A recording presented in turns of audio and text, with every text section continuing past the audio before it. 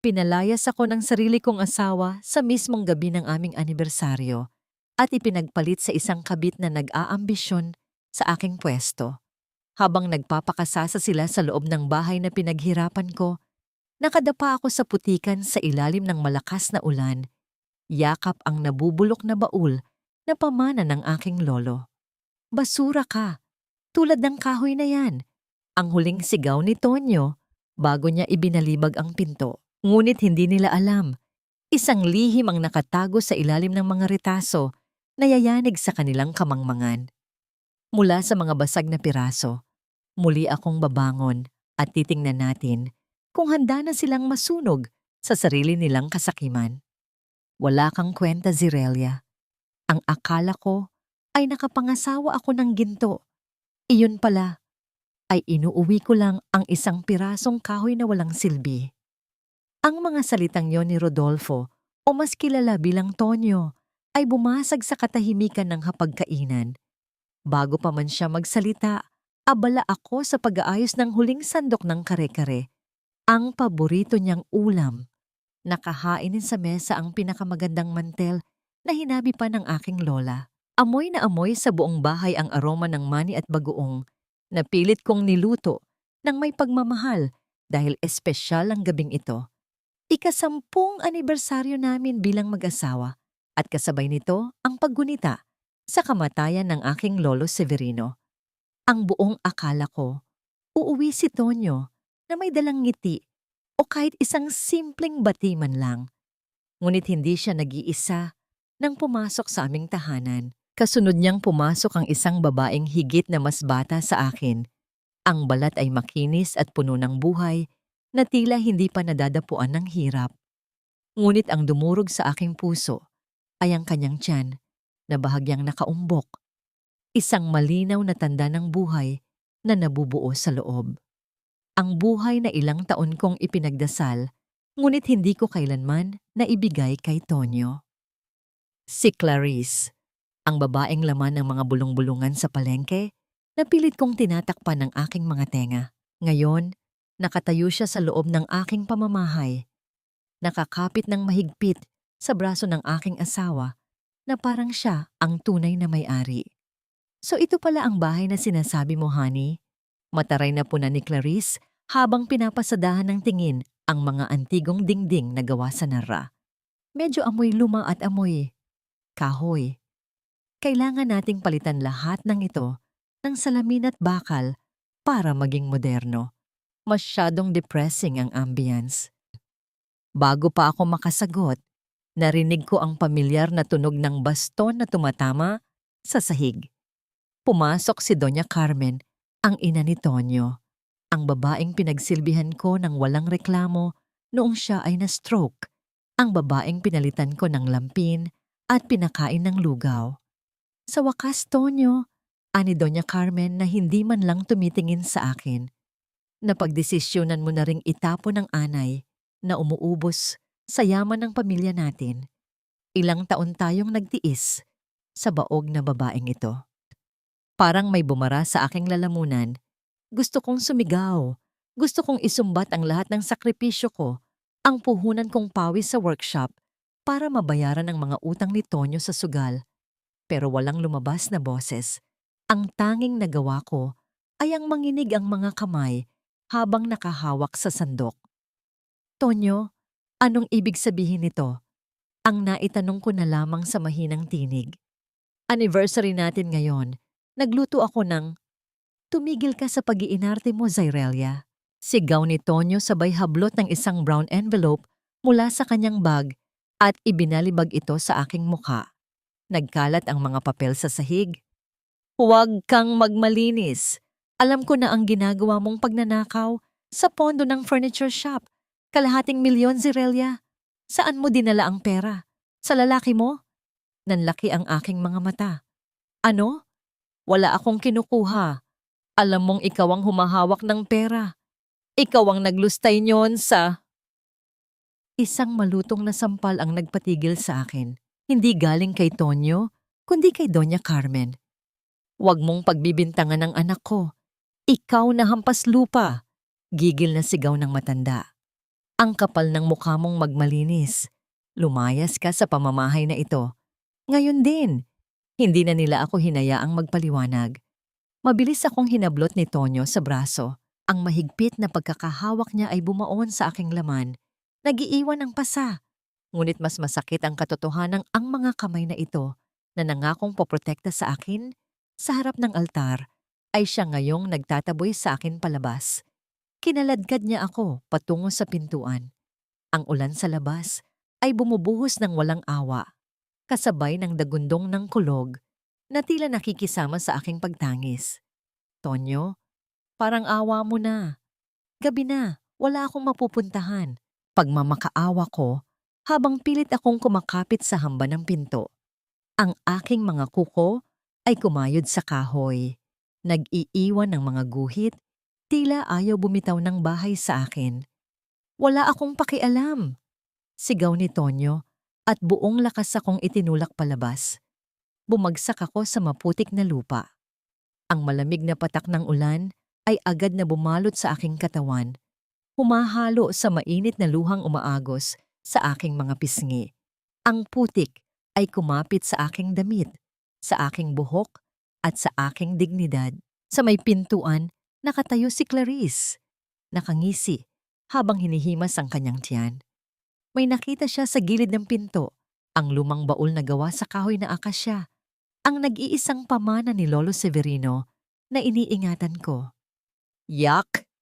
Ano ba tong basurang ito? Nakaharang sa daanan. Nandidiring sabi ni Clarice. Gamit ang kanyang paa, tinadyakan niya ang baul palabas ng bahay. Gumulong ito sa hagdanan at bumagsak sa putikan sa aking harapan. Ang tunog ng kahoy na tumama sa lupa ay parang tunog ng buto ko na nabali. Iyan lang ang bagay sa'yo, sigaw ni Tonyo mula sa itaas. Isama mo ang mga basura ng lolo mo at huwag na huwag ka nang babalik. Padabog na isinara ni Tonyo ang malaking pinto ng bahay. Ang tunog ng trangkahan na ikinandado mula sa loob ay ang huling pako sa kabaong ng aming pagsasama. Naiwan ako doon, sa gitna ng dilim at unos. Dahan-dahan, sa kabila ng sakit ng katawan, gumapang ako palapit sa baul. Niyakap ko ito nang mahigpit. Ang aking pisngi ay nakadikit sa basang kahoy na amoy luma at amoy lupa. Ito na lang ang natitira sa akin. Ito na lang ang may alam kung sino talaga ako.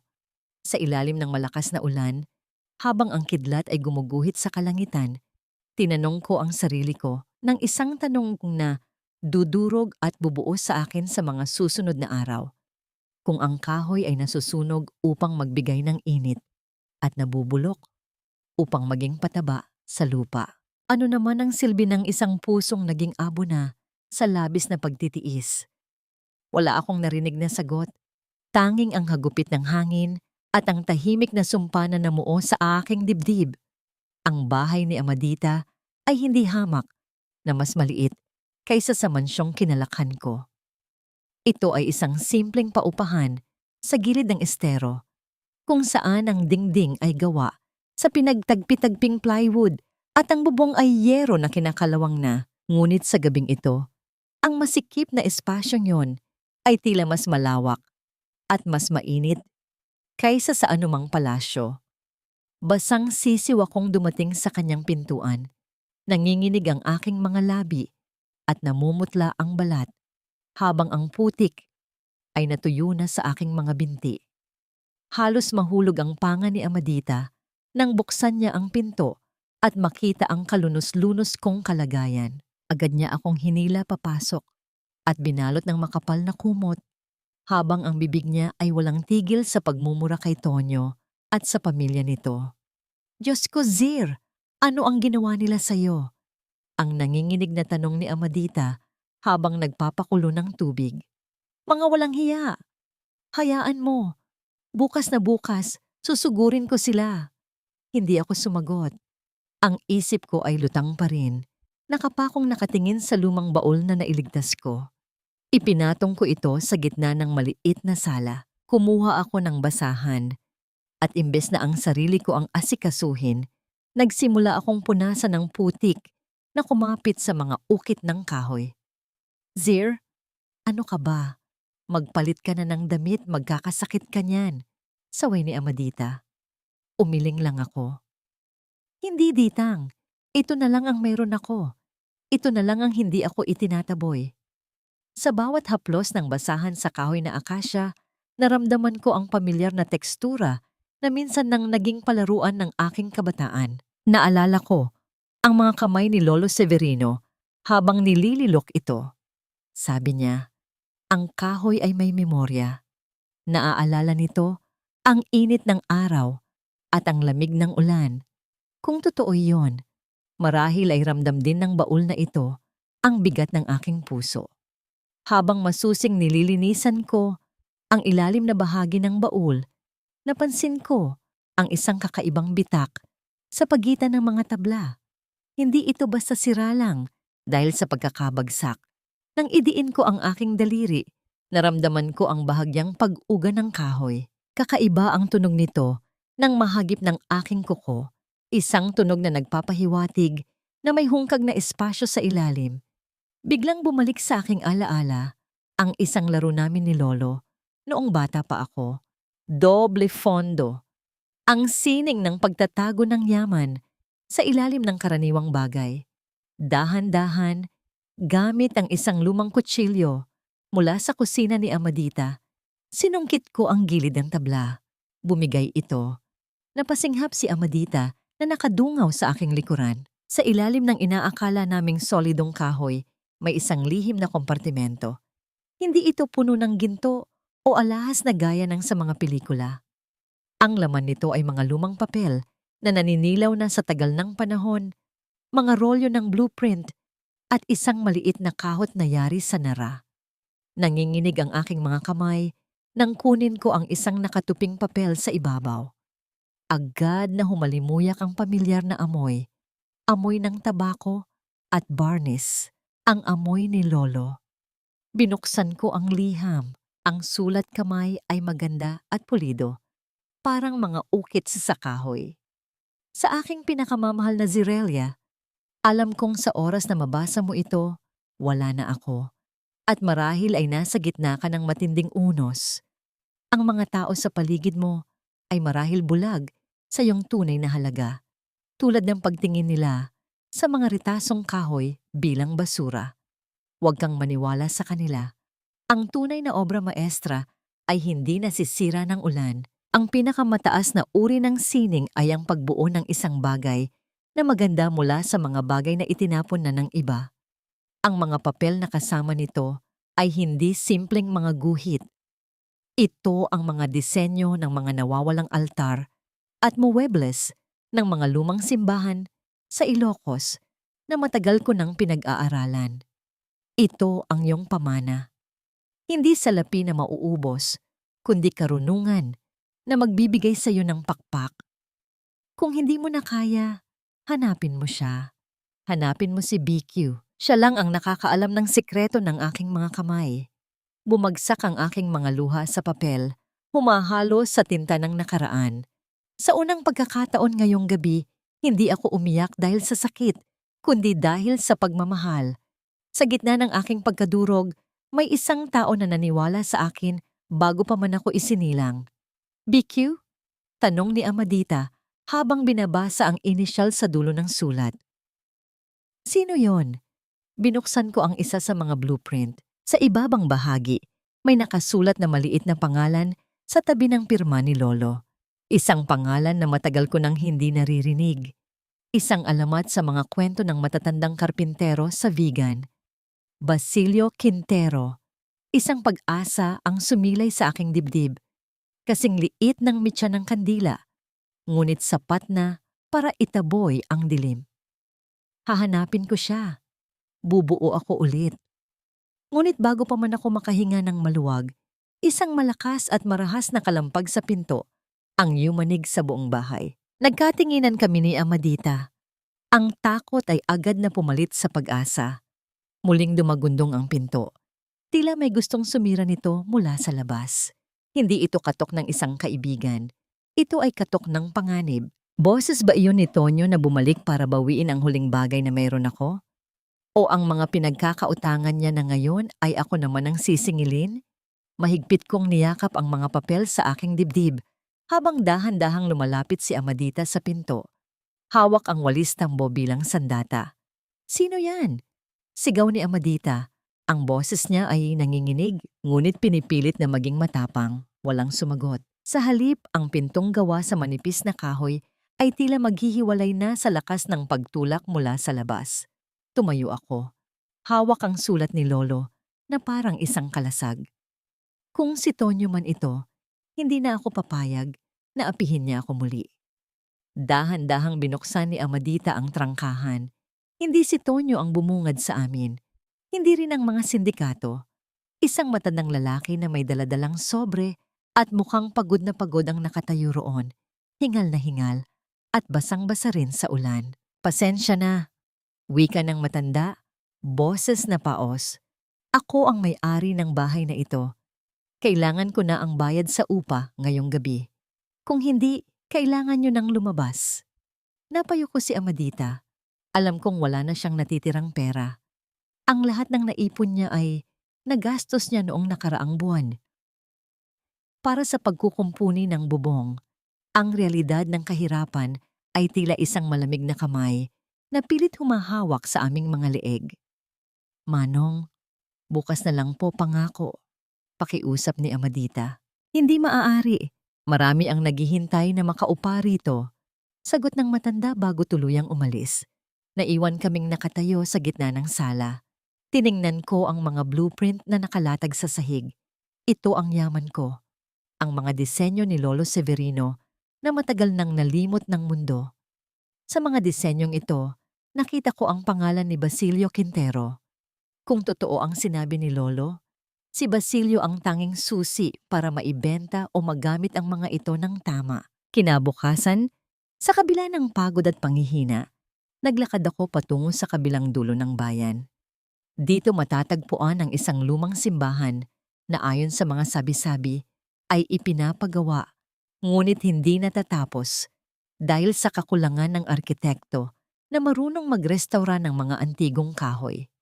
Sabi nila, doon madalas tumatambay si Basilio. Pagdating ko sa simbahan, nakita ko ang isang lalaking nakasuot ng kupas na polo, nakaupo sa sahig at maingat na kinukumpuni ang isang bahagi ng altar. Ang bawat galaw niya ay may tiwala, may sining, at may malalim na pagmamahal sa materyales na kanyang hawak. Hindi siya gumagamit ng mga modernong makina, kamay lang at maso, na tila kinakausap ang kahoy. Dahan-dahan akong lumapit. Hindi ko alam kung paano sisimulan ang usapan. Hindi ganyan ang pagpukpok sa nara, wika ko nang hindi ko namamalayan. Masyadong malakas, magagasgas ang hibla ng kahoy. Napatigil ang lalaki. Dahan-dahan siyang lumingon. Ang kanyang mga mata ay malalim, may bakas ng pait at matagal na pangungulila. Si Basilio Quintero, sa kabila ng ilang taong paglipas, ang kanyang muka ay pamilyar pa rin sa akin mula sa mga litratong nakatago sa album ng aking lolo. Tinitigan niya ako ng matagal. Hindi siya nagulat sa presensya ko. Tila ba inaasahan niya na may darating na magtatama sa kanyang gawa. Sino ka? Tanong niya. Boses na kalmado ngunit may awtoridad. Inilabas ko ang lumang baul na dala ko pa rin hanggang ngayon.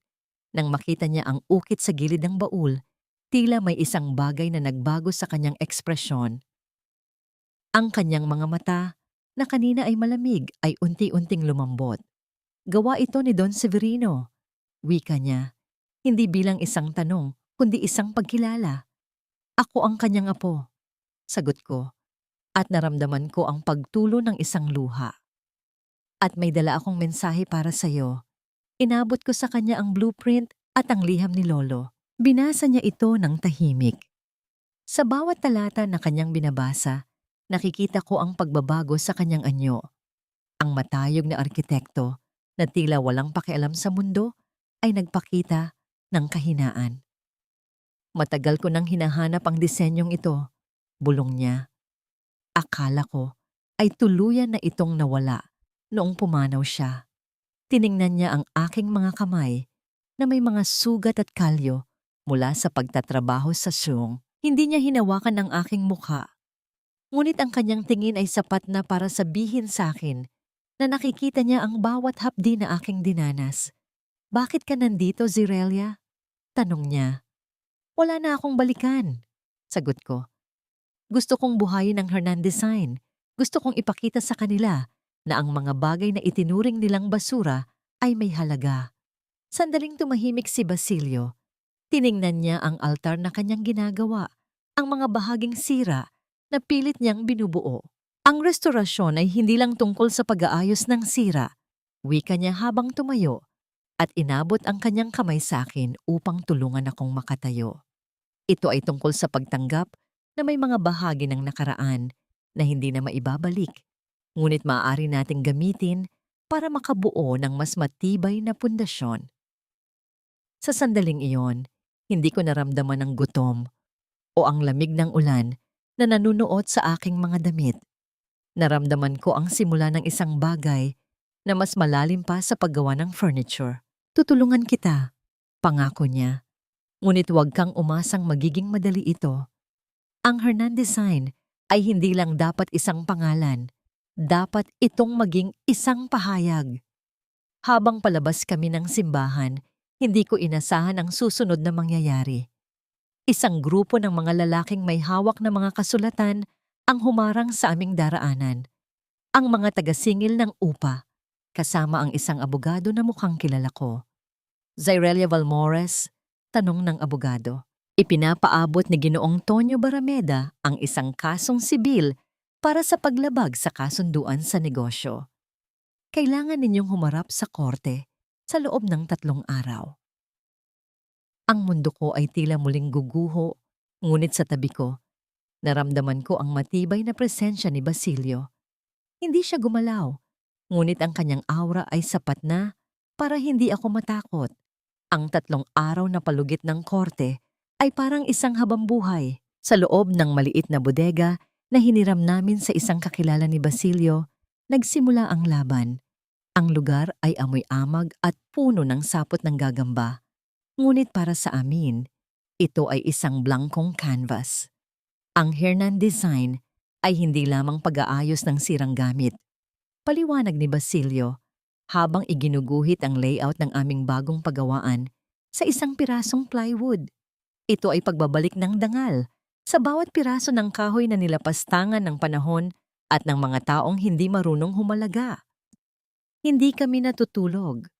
Sa tuwing sumasapit ang hating gabi, ang tanging tunog na naririnig sa bodega ay ang dahan-dahang pagkiskis ng liha sa matitigas na kahoy.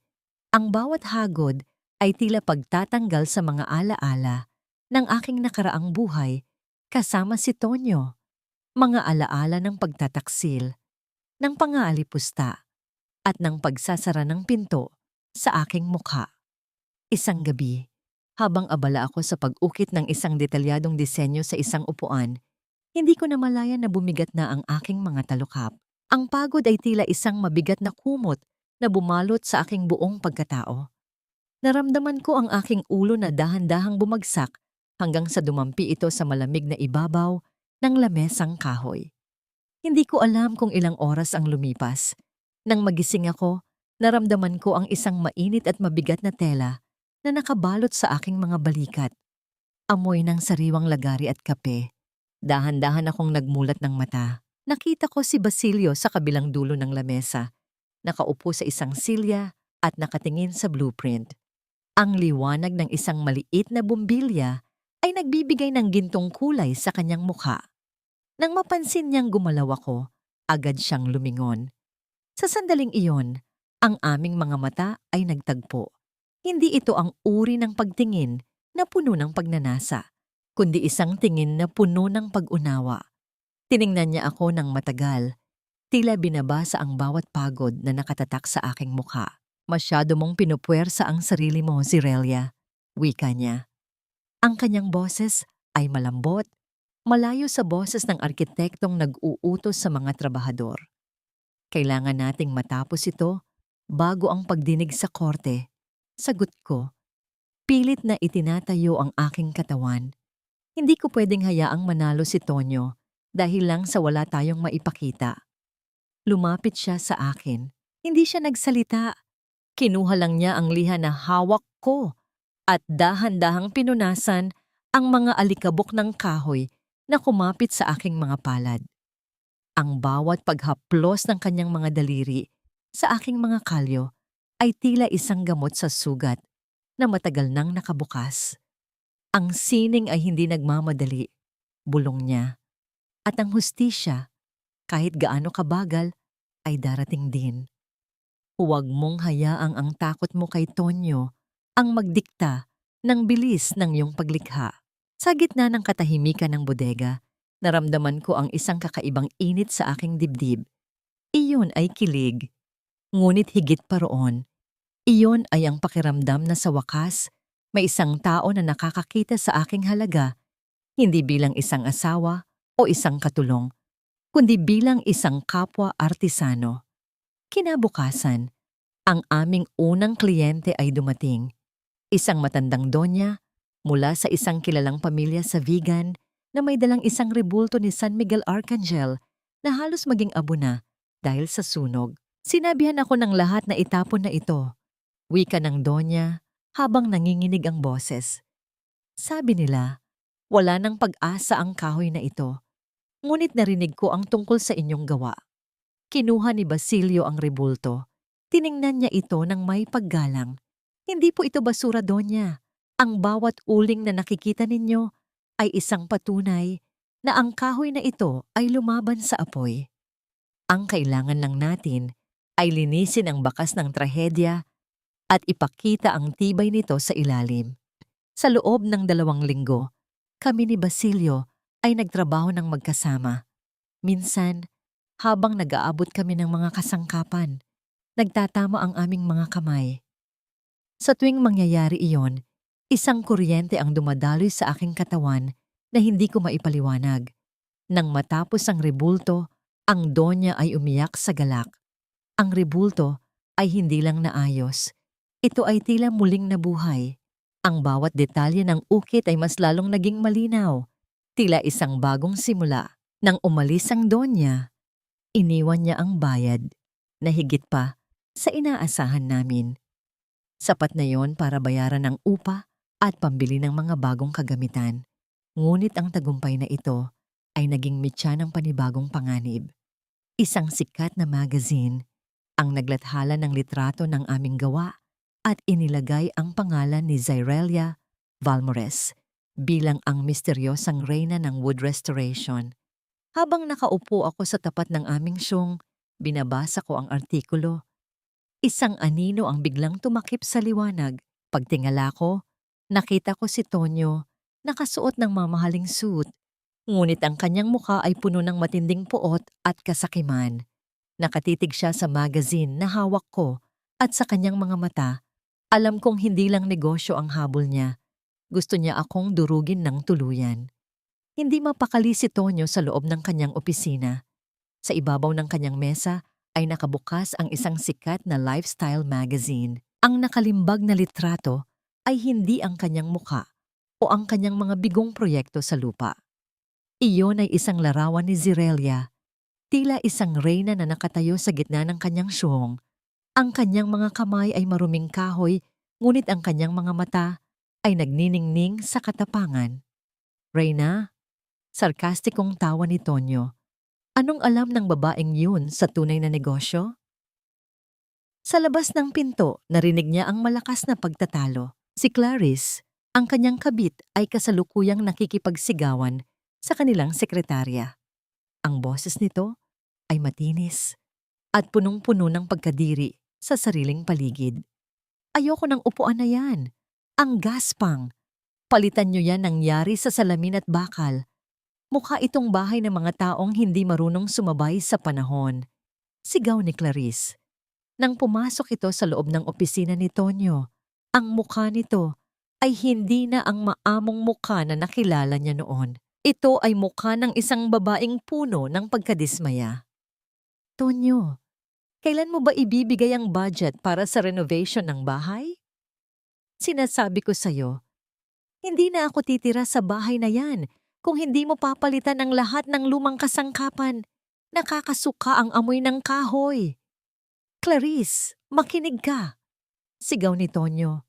Ang boses ay nanginginig sa galit. Wala tayong pera. Ang lahat ng investment ko ay nalugi. Ang mga tao sa bangko ay araw-araw nang tumatawag sa akin. Tumahimik ang paligid. Napatingin si Clarice sa magazine na nakapatong sa mesa. Inabot niya ito at binasa ang artikulo. Ang kanyang mga mata ay nanlaki sa inggit nang makita ang pangalan ni Zairelia. Ang babaeng ito, turo ni Clarice sa litrato ni Zairelia. Siya ba ang sinasabi mong basura na pinatalsik mo sa bahay? Bakit siya ang nasa cover ng magazine? Bakit siya ang kinikilalang magaling? Hindi ko alam. Bulyaw ni Tonyo. Siguro ay ninakaw niya ang mga disenyong yon mula sa akin.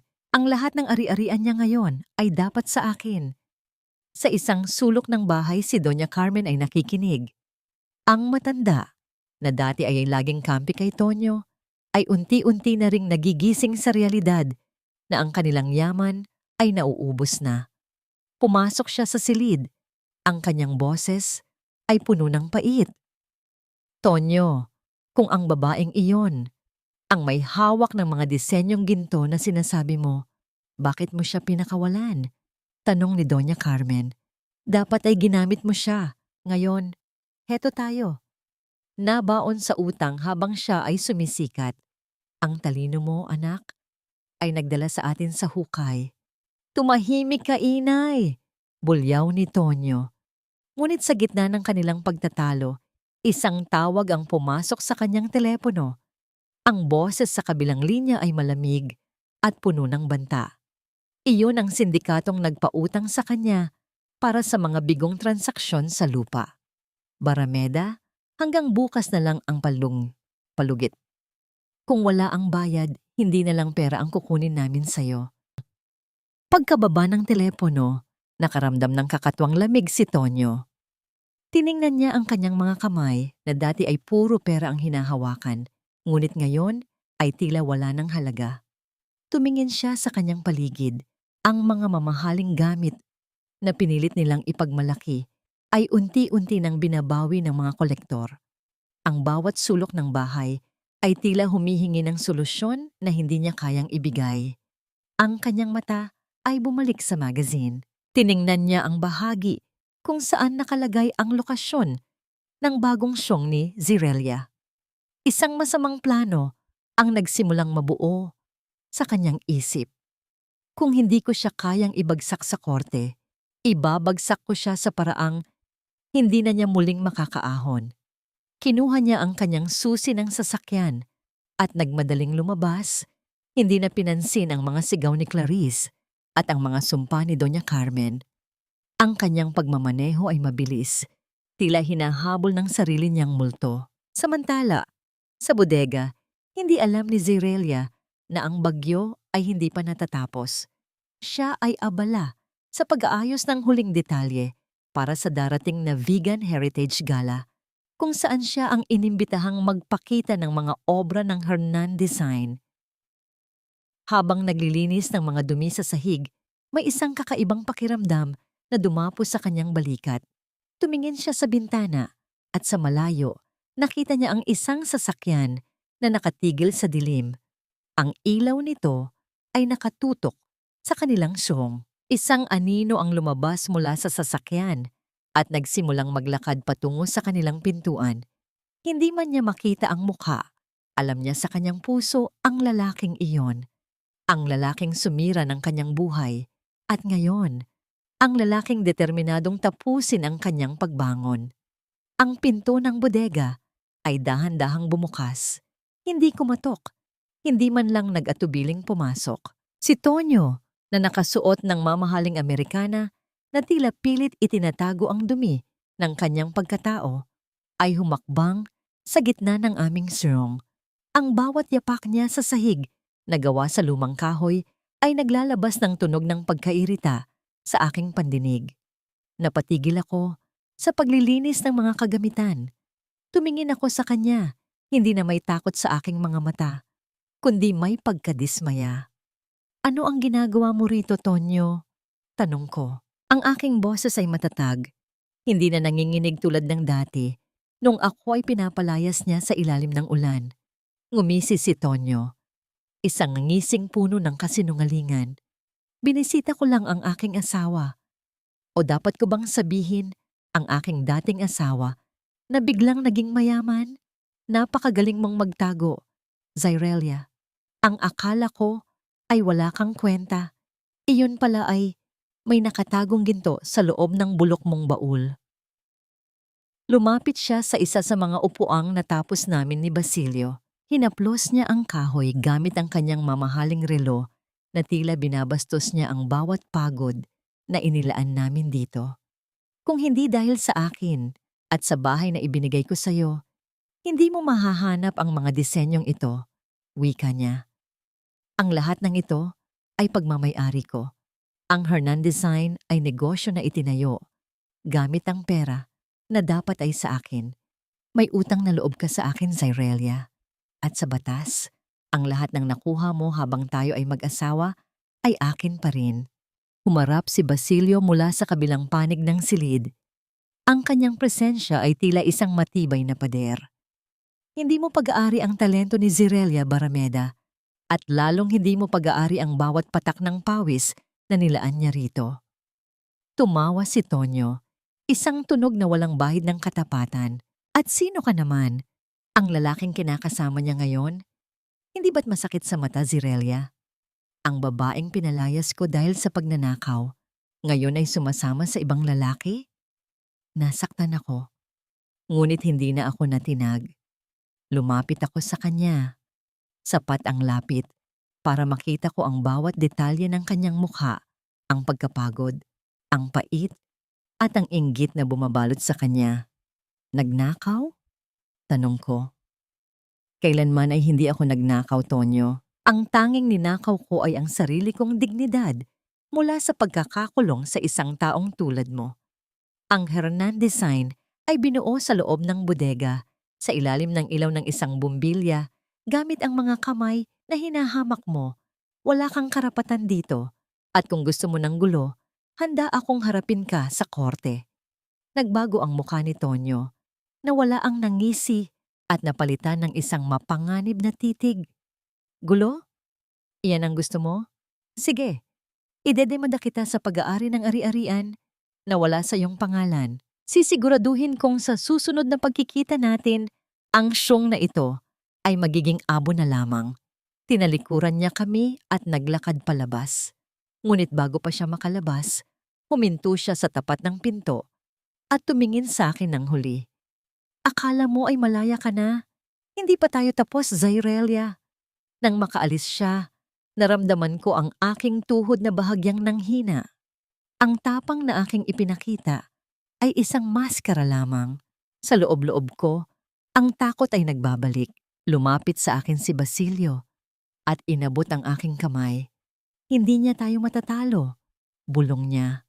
Ngunit Basilio, kung itutuloy niya ang demanda, paano ang siyong?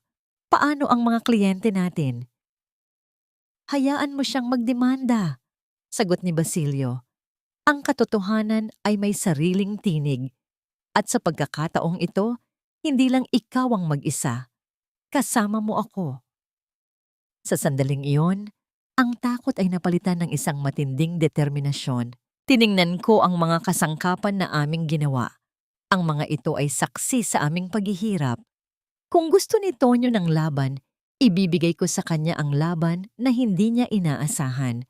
Ngunit hindi ko alam na sa labas ng aming bodega, isang anino ang nagmamasid. Ang abogado ni Tonyo ay nakatayo sa madilim na sulok. May hawak na kamera at sadyang kinukunan ng litrato ang bawat sandali ng aming paghawak ng kamay ni Basilio. Ito ang gagamitin natin. Bulong ng abogado sa kanyang sarili.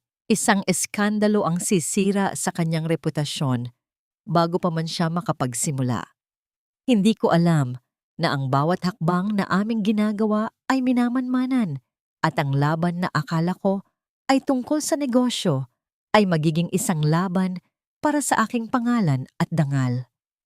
Hindi pa lumilipas ang 2 araw matapos ang pagbisita ni Tonyo, isang marahas na kalampag ang gumising sa amin ni Amadita. Hindi ito ang mga kolektor o si Tonyo. Sa pintuan, nakatayo ang isang babaeng matagal ko nang hindi nakikita. Ngunit ang kanyang presensya ay nagdadala ng bigat na tila nakadagan sa aking dibdib. Si Doña Carmen. Ang matanda ay hindi na ang maangas na biyenang nakilala ko noon. Siya ay payat, ang kanyang mga mata ay lumubog, at ang kanyang mga kamay na dati ay laging nakaturo sa akin ay nanginginig sa bawat galaw. Pumasok siya sa loob ng walang pasabi. Tila ang bahay ni Amadita ay kanya pa ring pag-aari. "Zirelia!" Wika niya. Ang kanyang boses ay hindi na sigaw, kundi isang bulong na puno ng pagmamakaawa. "Kailangan ko ang tulong mo." Napatigil ako sa pag-aayos ng mga dokumento sa mesa. "Tulong? Pagkatapos ng ginawa ninyo sa akin? Pagkatapos ninyo akong itaboy sa gitna ng unos?" Lumapit si Doña Carmen sa akin. Pilit na hinahawakan ang aking mga kamay. Alam ko ang pagkakasala ko. Ngunit si Relia, naalala mo pa ba ang panahong mamatay na ang lolo mo? Sino ang nagbayad ng kanyang operasyon sa ospital? Sino ang naglabas ng pera para hindi siya mamatay sa hallway ng charity ward? Naramdaman ko ang paglamig ng aking katawan. Ang alaala ng araw na yon ay sariwa pa rin. Ang utang na loob. Iyon ang kadena na matagal na nagtali sa akin sa kanilang pamilya. Iyon ang dahilan kung bakit nagtiis ako sa mga pang-aabuso ni Tonyo. Dahil ang buhay ng aking lolo ay binayaran ng kanilang pera. Ito ay utang na loob, Zirelia. Pagpapatuloy ng matanda. Binigyan ka namin ng pagkakataong mabuhay kasama ang iyong lolo ng 5 taon pa. Ngayon, Tonyo is in trouble. Ang mga taong pinagkakautangan niya ay hindi nagbibiro. Isusuko nila siya sa pulisya at ang bahay na pinaghirapan nating lahat ay kukunin na nila. Tumingin ako kay Basilio na nakatayo sa isang sulok, tahimik na nagmamasid. Ang kanyang mga mata ay nagbabala sa akin, ngunit alam kong nararamdaman niya ang sakit ng aking sitwasyon.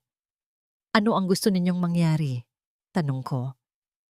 "Ibigay mo ang Hernandez sign sa amin," wika ni Doña Carmen. "Ipaubaya mo ang lahat ng kita ng iyong mga proyekto para mabayaran ang utang ni Tonyo. Sa ganitong paraan, mababayaran mo ang buhay ng lolo mo. Malaya ka na, Zirelia. Walang demanda, walang gulo. Ibigay mo lang ang lahat." Naramdaman ko ang pagdurog ng aking puso. Ito ang pinakamalupit na pagsubok. Ang aking tagumpay, ang aking pangarap, ang lahat ng aking pinaghirapan ay nais nilang kunin kapalit ng isang nakaraang hindi ko na mababago. "Hindi ito tama, Doña Carmen," wika ni Basilio. Hindi na niya napigilan ang kanyang sarili. Ang utang na loob ay hindi nangangahulugan na ibibigay niya ang kanyang buhay sa inyo. Ibinayad ninyo ang pera noon dahil sa inyong konsensya, hindi para gawing alipin si Zirelia habang buhay. Tiningnan ako ni Doña Carmen ng matalim.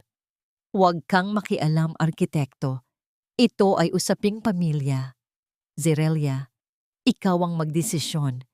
Gusto mo bang maging masama sa paningin ng Diyos at ng iyong lolo dahil sa pagtalikod sa iyong utang na loob?" Ang bawat salita ay tumatama sa aking konsensya. Ang pagiging isang mabuting Pilipina ay palaging nakaugat sa pagtatanaw ng utang na loob. Ngunit sa pagkakataong ito, naramdaman ko ang isang matalim na paghahanap sa aking sariling kaluluwa.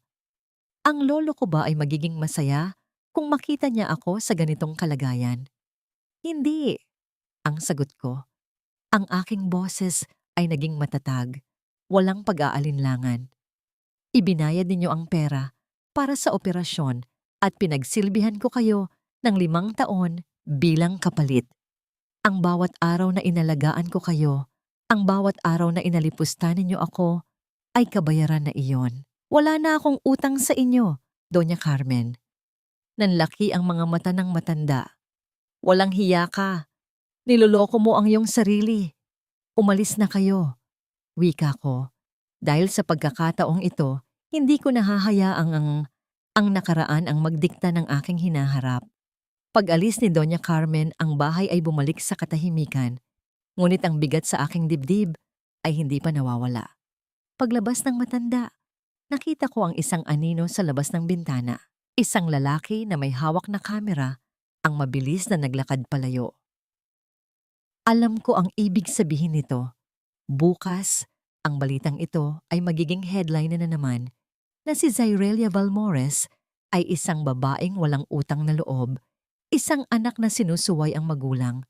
Gusto nilang sirain ang pangalan ko. Gusto nilang mawalan ako ng kliyente. Basilio, wika ko habang humaharap sa kanya. Hindi na lang ito negosyo. Ito ay laban na para sa ating integridad. Alam ko, sagot niya. At sa labang ito, hindi tayo magtatago. Ipakikita natin sa kanila kung sino ang tunay na may halaga. Habang papalubog ang araw, ang mga anino sa labas ng bodega ay tila lumalaki. Alam kong bukas, ang bagyong darating ay mas malakas kaysa sa unos noong gabing pinalayas ako. Ngunit sa unang pagkakataon, hindi ako natatakot. Ang kadenang matagal na nagtali, sa akin ay tuluyan ko nang naputol. Ang gabi ay hindi naging tahimik. Ang hanging umiihip sa vegan ay tila bumubulong ng mga babala.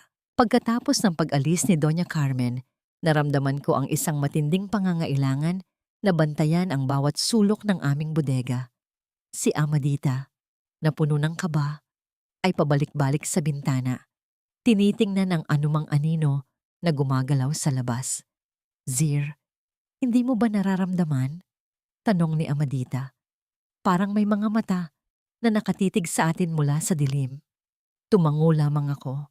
Alam ko, ang bawat hakbang ng aking pagbangon ay tila isang malaking hadlang sa mga taong gustong manatili akong nakadapa. Hayaan mo sila, sagot ko habang maingat na binabalot ang rebulto ni San Miguel Arcangel na aming natapos na. Kung ang gusto nila ay ang aking reputasyon, ibibigay ko ito sa kanila sa paraang hindi nila inaasahan. Anong ibig mong sabihin? Tanong ni Basilio. Tumingin ako sa kanya ng may pahiwatig.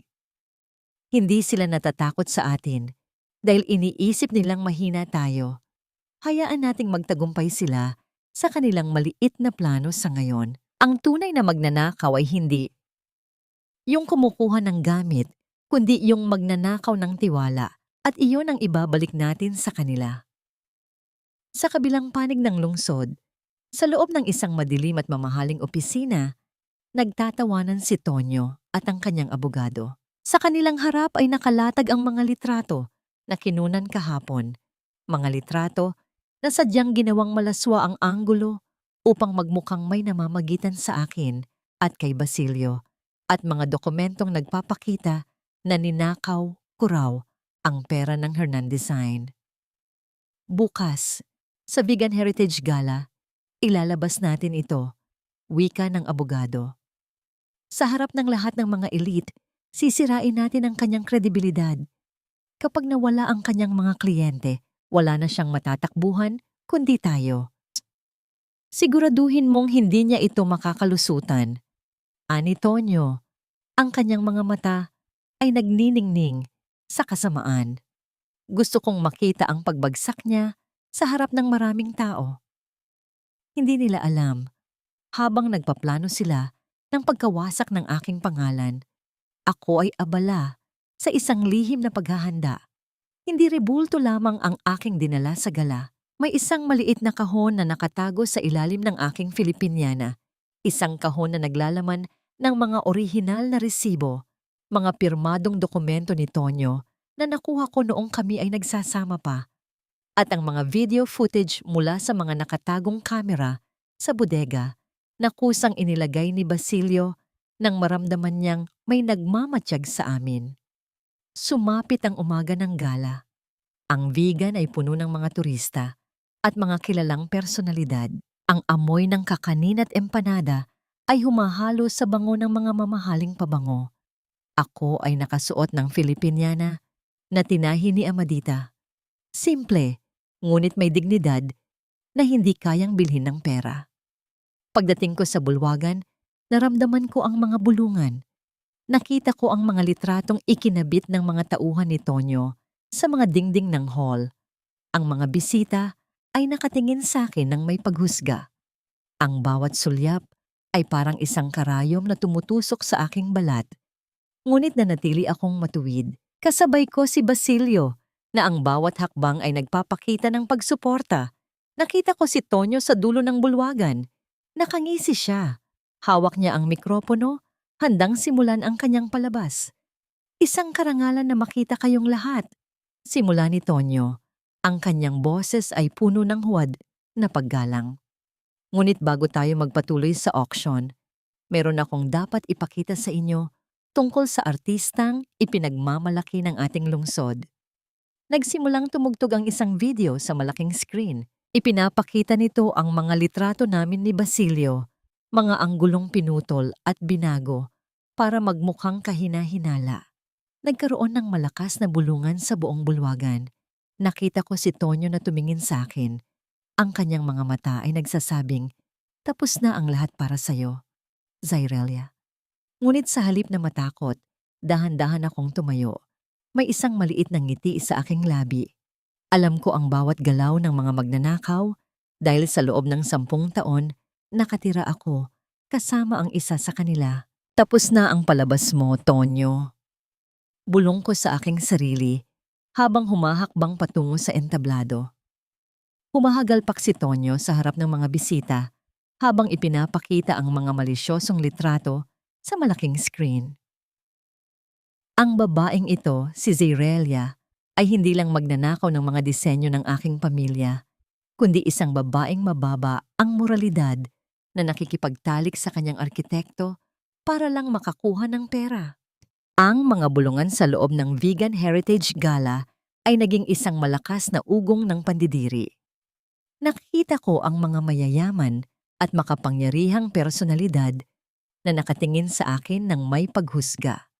Ang bawat sulyap ay parang isang matalim na kutsilyo na humahawi sa aking pagkatao. Sa aking gilid, naramdaman ko ang paghigpit ng hawak ni Basilio sa kanyang upuan. Gusto na niyang tumayo, ngunit hinawakan ko ang kanyang braso upang pigilan siya. "Hayaan mo siya," bulong ko. Ang taong naghuhukay ng libingan para sa iba ang siyang kadalasang nahuhulog sa sarili niyang hukay. Tumayo ako. Sa kabila ng mga mapanghusgang tingin, ang aking Filipiniana ay hindi nagpakita ng anumang senyales ng pagkabahala. Dahan-dahan akong naglakad patungo sa entablado. Ang bawat hakbang ko ay tila isang ritual ng pagpapalaya. Hindi ako yumuko. Tumingin ako ng diretso sa mga mata ni Tonyo na ngayon ay puno ng kasiguraduhan na ako ay guguho na. Pag-akyat ko sa entablado, ang mga security personnel ay humarang sa akin, ngunit itinaas ko ang aking kamay. "Hindi kailangan ng dahas," wika ko sa mikropono. Ang aking boses ay malinaw, walang halong pag-aalinlangan at umalingaw-ngaw sa buong bulwagan. "Maganda ang iyong palabas, Tonyo. Napakahusay ng iyong pagkaka-edit sa mga litrato. Ngunit nakalimutan mong ang katotohanan ay hindi nangangailangan ng filter." Kinuha ko ang isang maliit na USB drive mula sa aking bag at iniabot ito sa teknisyan ng sound system. "Ipakita mo ang orihinal na footage," utos ko. Namutla si Tonyo. "Ano ang ginagawa mo? Huwag mong paniwalaan ang babaeng ito. Siya ay desperada." Ngunit huli na ang lahat. Sa malaking screen, ang mga malisyosong litrato ay napalitan ng isang malinaw at hindi inedit na video.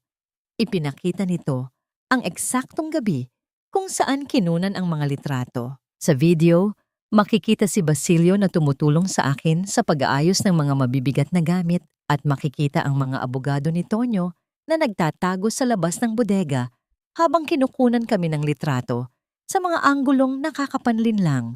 Hindi lang iyon. Ang sumunod na clip ay isang recording ng pag-uusap ni Tonyo at ng kanyang abogado tungkol sa pagpaplano ng pag-edit sa mga litrato. Ang pera ay kailangan para sa sugal, hindi para sa mga proyekto. Rinig ang boses ni Tonyo sa loob ng video, na malinaw na nagkukumpisal ng kanyang paglustay sa pondo ng aming negosyo. Ang bulwagan ay binalot ng matinding katahimikan. Ang lahat ay nakatingin kay Tonyo, hindi na may paghanga, kundi may pandidiri. Ang kanyang mukha, na kanina ay puno ng kayabangan, ay unti-unting naging maputla na parang papel. Mga dokumentong ito. Patuloy ko habang nilalabas ang mga sertipikadong kopya ng mga transaksyon sa bangko na nagpapatunay na ang lahat ng utang at paglustay ay nagmula kay Tonyo, ay nagpapatunay na hindi ako ang nagnakaw. Siya ang nagnakaw sa sarili nating kinabukasan. Tumingin ako sa mga bisita, sa mga taong hinahangaan nila Tonyo noon. Ang Hernandez sign ay hindi binuo sa kasinungalingan. Binuo ito sa bawat piraso ng kahoy na aking pinulot sa putikan noong pinalayas ako ni Tonyo sa gitna ng bagyo. Lumapit ako kay Tonyo na ngayon ay halos hindi na makagalaw sa kinatatayuan. Akala mo ba ay babagsak ako? Tonyo, ang kahoy na dumaan sa apoy ay lalong tumitibay. At ikaw, ang taong nabubulok sa sariling kasakiman, ay hindi na makakabalik sa dati. Biglang bumukas ang pinto ng bulwagan. Ang mga pulis ay pumasok, hawak ang mga warrant of arrest para kay Tonyo Barameda kaugnay sa kasong estafa at paglabag sa mga batas sa ari-arian. Nang ilagay ang posas sa kanyang mga pulso, ang huling bagay na nakita ni Tonyo ay ang aking mga mata. Mata na wala ng galit, mata na wala ng sakit. Tanging ang kapayapaan na lamang ng isang taong tuluyan ng nakalaya. Ang bulwagan ng Vegan Heritage Gala ay naging saksi sa pagtatapos ng isang mahabang yugto ng kasinungalingan. Habang nilalabas si Tonyo ng mga pulis, ang kanyang mukha ay hindi na nagpapakita ng puot, kundi ng pagkakilala sa sariling pagkatalo. Tiningnan niya ako sa huling pagkakataon. Ang kanyang mga mata ay walang ningning. Tila isang kahoy na kinain na nanganay mula sa loob at wala nang natitirang tibay. Hindi ako sumigaw. Hindi ako nagdiwang. Nanatili akong nakatayo sa gitna ng entablado. Ang aking hininga ay malalim at kalmado. Ang hustisya na matagal kong inasam ay hindi dumating sa pamamagitan ng paghihiganti, kundi sa pamamagitan ng katotohanan. Lumapit ang mga kinatawan mula sa National Museum. Ang mga taong noon ay nagdududa sa aking kakayahan. Binibining Zyrelia, wika ng kanilang pinuno, habang iniaabot ang isang opisyal na sertipiko ng pagkilala. Ang iyong mga obra ay hindi lamang sining. Ito ay bahagi ng ating pagkakakilanlan. Ang iyong mga disenyo ay opisyal ng kikilalanin bilang mga pambansang yaman. Hindi ko na napigilan ang pagtulo ng aking luha. Hindi ito luha ng lungkot, kundi luha ng pasasalamat. Lumingon ako kay Basilio na nasa gilid ng entablado. Ang kanyang mga mata ay puno ng paghanga at pagmamalaki. Sa bawat hirap, sa bawat gabing walang tulog, at sa bawat pagsubok na aming hinarap, siya ang naging sandigan na hindi nagpakita ng pag-alinlangan. Habang palabas ang mga bisita, nakita ko ang isang maliit na ribulto na ginawa ko mula sa mga tasong kahoy na itinapon ni Tonyo noon. Ito ay isang larawan ng isang babaeng tumatayo sa gitna ng bagyo.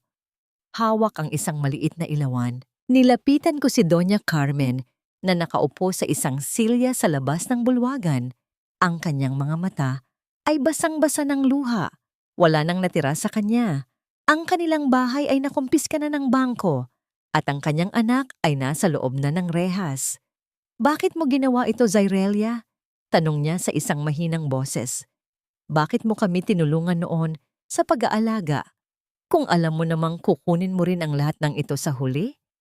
Umupo ako sa kanyang tabi. Ang galit na dati ay nagpapaso sa aking puso ay naging abo na lamang. Hindi ko ito ginawa para bawiin ang lahat, Doña Carmen. Sagot ko. Ginawa ko ang lahat ng ito dahil iyon ang tama. Ang utang na loob ay hindi kadena na nagtatali sa atin sa kasamaan. Ito ay isang paalala na ang bawat mabuting gawa ay may kaakibat na pananagutan. Pinatawad ko na kayo, ngunit ang hustisya ay hindi ko hawak. Ang hustisya ay ang bunga ng sarili ninyong mga pagkilos. Tumayo ako at iniwan siya sa kanyang nag-iisang mundo. Paglabas ko ng gusali, sinalubong ako ng malamig na hangin ng gabi. Ang vegan ay payapa. Ang mga bahay na bato ay tila nagbabantay sa aming paglaya. Nilapitan ako ni Basilio at inakbayan. Tapos na ang bagyo, Zyrelia. Ang Hernan design ay hindi na lang isang pangalan. Ito ay simbolo na ang ating pagbangon. Tumingin ako sa malayo kung saan ang liwanag ng buwan ay tumatama sa mga antigong istruktura. Napagtanto ko na ang tunay na di paliwanag ng aking lolo Severino ay hindi ang yaman o ang pagkilala ng publiko. Ang tunay na yaman ay ang kakayahan nating humubog ng sarili nating kwento sa kabila ng mga lamat at sugat na idinulot ng iba. Ang kahoy, kahit gaano katigas, ay nadadaan sa tamang pag-ukit. Ang buhay, kahit gaano kasakit, ay nadadaan sa tamang pananampalataya at tiyaga. Sa unang pagkakataon, pagkatapos ng maraming taon, naramdaman ko ang tunay na gaan sa aking dibdib. Wala ng tonyo. Wala ng utang na loob na nagpapatali sa akin sa nakaraan. Tanging ang bukas na lamang ang nakaharap sa amin ni Basilio. Puno ng mga disenyong naghihintay na mabuo at isang pag-ibig na naghihintay na tumubo. Lumipas ang 5 taon. Ang vegan ay hindi na lamang isang alaala ng aking mga pait. Ito ay naging saksi sa aking pagyabong. Ang Hernan Design Atelier ay kinikilala na ngayon bilang sentro ng pagpapanatili ng sining at kasaysayan sa buong bansa. Nakatayo ako sa balkonahe ng aming bahay, isang bahay na bato na kami mismo ni Basilio ang nagrestora. Ang hangin ay amoy sariwang kahoy at gumamelang namumukadkad sa garden sa ibaba. Sa aking tabi, nakapatong ang kamay ni Basilio sa aking balikat. Isang haplos na hanggang ngayon ay nagbibigay sa akin ng kapanatagan. Napatawad ko na ba sila? Bumisita ako sa bilangguan noong nakaraang buwan. Nakita ko si Tonyo. Siya ay payat. Ang kanyang mga mata ay wala na ang dating bagsik. At ang kanyang mga kamay ay gas-gas sa paggawa ng mga simpleng handicraft para sa kanyang pangangailangan sa loob. Hindi siya humingi ng tawad, ngunit ang kanyang pagyuko ng ulo nang makita ako ay sapat na.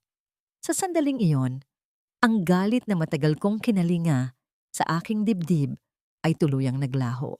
Ang pagpapatawad ay hindi nangangahulugan ng paglimot. Ito ay nangangahulugan ng pag-iwan sa mga tanikalang nagtatali sa akin sa nakaraan. Pinalaya ko siya at sa pagpapalaya ko sa kanya, pinalaya ko rin ang aking sarili. Nakahanap ba ako ng kapayapaan? Ang kapayapaan ay hindi matatagpuan sa kawalan ng problema, kundi sa pagkakaroon ng lakas ng loob na harapin ang bawat araw ng may dignidad. Nakita ko ang kapayapaan sa mga babaeng aming tinutulungan sa Severino Foundation. Mga babaeng dati ay biktima rin ng pang-aabuso na ngayon ay matagumpay na naglililok ng sarili nilang mga pangarap. Nakita ko ito sa bawat ngiti ni Basilio kapag kami ay magkasamang nagtatrabaho sa syong. Ang aking tahanan ay hindi na isang kulungan. Ito ay isang santuwaryo. Ano ang aral na aking iniiwan sa inyo? Ang buhay ay parang isang piraso ng matigas na nara. Maaari mo itong hayaang mabulok sa putikan o maaari mo itong linisin, lihaan at hubugin hanggang sa ito ay maging isang obra maestra. Ang bawat lamat na iniwan ng mga pagkakamali at sugat ay hindi dapat ituring na kapintasan. Ang mga ito ang nagbibigay ng karakter sa ating pagkatao. Ang pinakamagandang bahagi ng ating buhay ay madalas na nakatago sa mga bagay na itinuturing nating basura o sirang bahagi ng ating nakaraan. Humarap ako kay Basilio at hinawakan ang kanyang kamay. Tapos na ang lahat, bulong ko. Hindi pa, sagot niya habang nakatingin sa papalubog na araw na nagbibigay ng gintong kulay sa aming mga obra. Ngayon pa lamang natin sisimulan ang pinakamagandang bahagi ng ating paglikha. Sa dapit hapon, habang ang mga diamante ng bituin ay nagsisimulang magningning sa kalangitan ng vegan, naramdaman ko ang tunay na kahulugan ng tahanan. Hindi ito ang mga pader na gawa sa bato o ang mga bubong na yari sa yero. Ang tahanan ay ang taong kasama mong naghihintay sa bukang liwayway, ang taong nakakakita sa iyong mga sugat, ngunit pinipili pa ring mahalin ang bawat hibla ng iyong pagkatao. Ipinikit ko ang aking mga mata, huminga ng malalim, at naramdaman ang init ng pag-ibig. Isang obra maestra na hindi na kailanman mabubura ng panahon.